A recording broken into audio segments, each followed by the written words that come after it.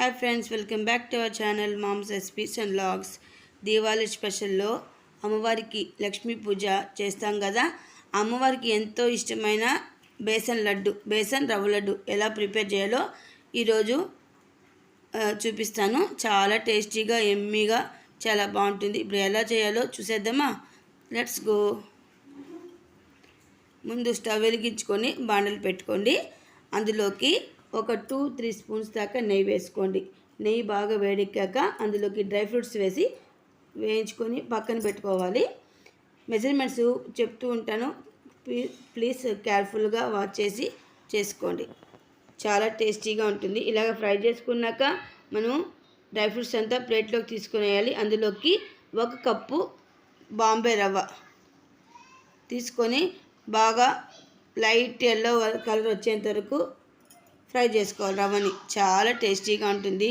మీరు కూడా ప్రిపేర్ చేయండి. ఎలా వచ్చిందో కూడా మాకు కామెంట్ చేయండి. అలాగే చూసారు కదా, లైట్ కలర్ వచ్చేసింది. ఇప్పుడు వేరే ప్లేట్లోకి తీసుకునేసి మళ్ళీ 3 టేబుల్ స్పూన్స్ దాకా నెయ్యి వేసుకొని అందులోకి 1 కప్పు శనగపిండి వేసుకొని బాగా లైట్ మెంతి కలర్ వచ్చేంత వరకు లో ఫ్లేమ్లో పెట్టుకొని మీడియం టర్న్ చేసుకుంటూ ఈ శనగపిండిని మొత్తం బాగా చక్కగా మనము ఫ్రై చేసుకోవాలి. చాలా టేస్టీగా ఉంటుంది, సూపర్ టేస్టీగా ఉంటుంది. ఆల్రెడీ మన ఛానల్లో ఇప్పుడు 2 వీడియోస్ పెట్టానండి, వీడుంటే వాచ్ చేయండి. ఇలాగ మొత్తము బాగా ఫ్రై అయిపోవాలి. అలాగా ఇప్పుడు మెజర్మెంట్ 1.25 కప్పు చక్కెర వేసుకొని 1/4 కప్పు వాటర్ వేసుకొని మనము ఒక తీగ పాకం వచ్చేంత వరకు మనము కరిగించుకోవాలి షుగర్ని. చాలా టేస్టీగా ఉంటుంది. చూసారు కదా, చక్కెర అంతా ఇలాగా మొత్తం మెల్ట్ అయిపోవాలి. ఇప్పుడు ఒక జిగురు వచ్చిందండి, చూడండి. ఇప్పుడు మనం అందులోకి మనము వేయించుకున్న రవ్వ అలాగే వేయించుకున్న శనగపిండి వేసేసి బాగా కలుపుకోవాలి. అందులోకి నేను పచ్చికర్పూరము ఎలాచి మిక్సీ పట్టుకున్నాను, అది కూడా 1 స్పూన్ వేసుకుంటాను. చూడండి మీరే. ఇలాగ మొత్తం కలిపి కొంచెం ముద్ద అయ్యేలాగా మనం ఫ్రై చేసుకోవాలి. ఒక 2-3 మినిట్స్ పడుతుంది ఇదంతా ముద్ద అవ్వడానికి. లో టు మీడియం మంట పెట్టుకొని ఈ ప్రాసెస్ చేసుకోండి. హై ఫ్లేమ్లో పెడితే అడుగంటుతుంది. బాగా పొంగాలన్నమాట. శనగపిండి అంతా పొంగి అంత చక్క దగ్గరికి రావాలి. చూసారు కదా, ఇప్పుడు నేను ఎలాచి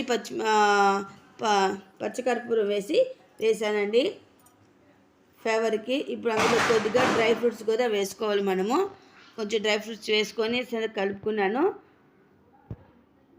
చూసారు కదా, కొంచెం స్టవ్ ఆఫ్ చేసి ఇలా చేస్తే కొంచెం చల్లారినాక గట్టిపడిపోయింది.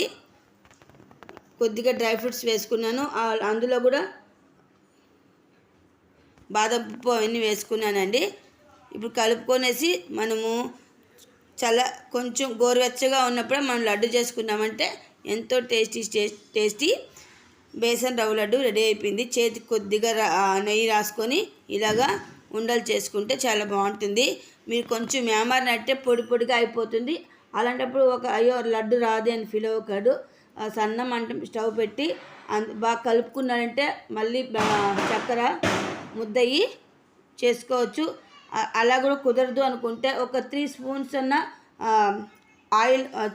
వాటర్ వేసుకుంటే హ్యాపీగా మనము లడ్డు ప్రిపేర్ చేసుకోవచ్చు.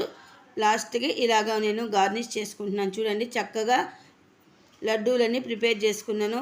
చాలా టేస్టీగా ఉంది, చాలా ఎమ్మీగా ఉంది. మీరు కూడా ట్రై చేసి నైవేద్యంగా కూడా పెట్టచ్చు. ఫంక్షన్స్ అప్పుడు, బర్త్డే అప్పుడు ఇలాగ మనం కూడా పిల్లలకి చేసి పెట్టచ్చు. చాలా సూపర్ టేస్టీ బేసన్ రవ్వ లడ్డు. మరెన్నో మంచి రెసిపీతో మేము ముందుకు వచ్చేస్తాను. Thanks for watching. Keep smile. Super tasty besan rava laddu. Bye.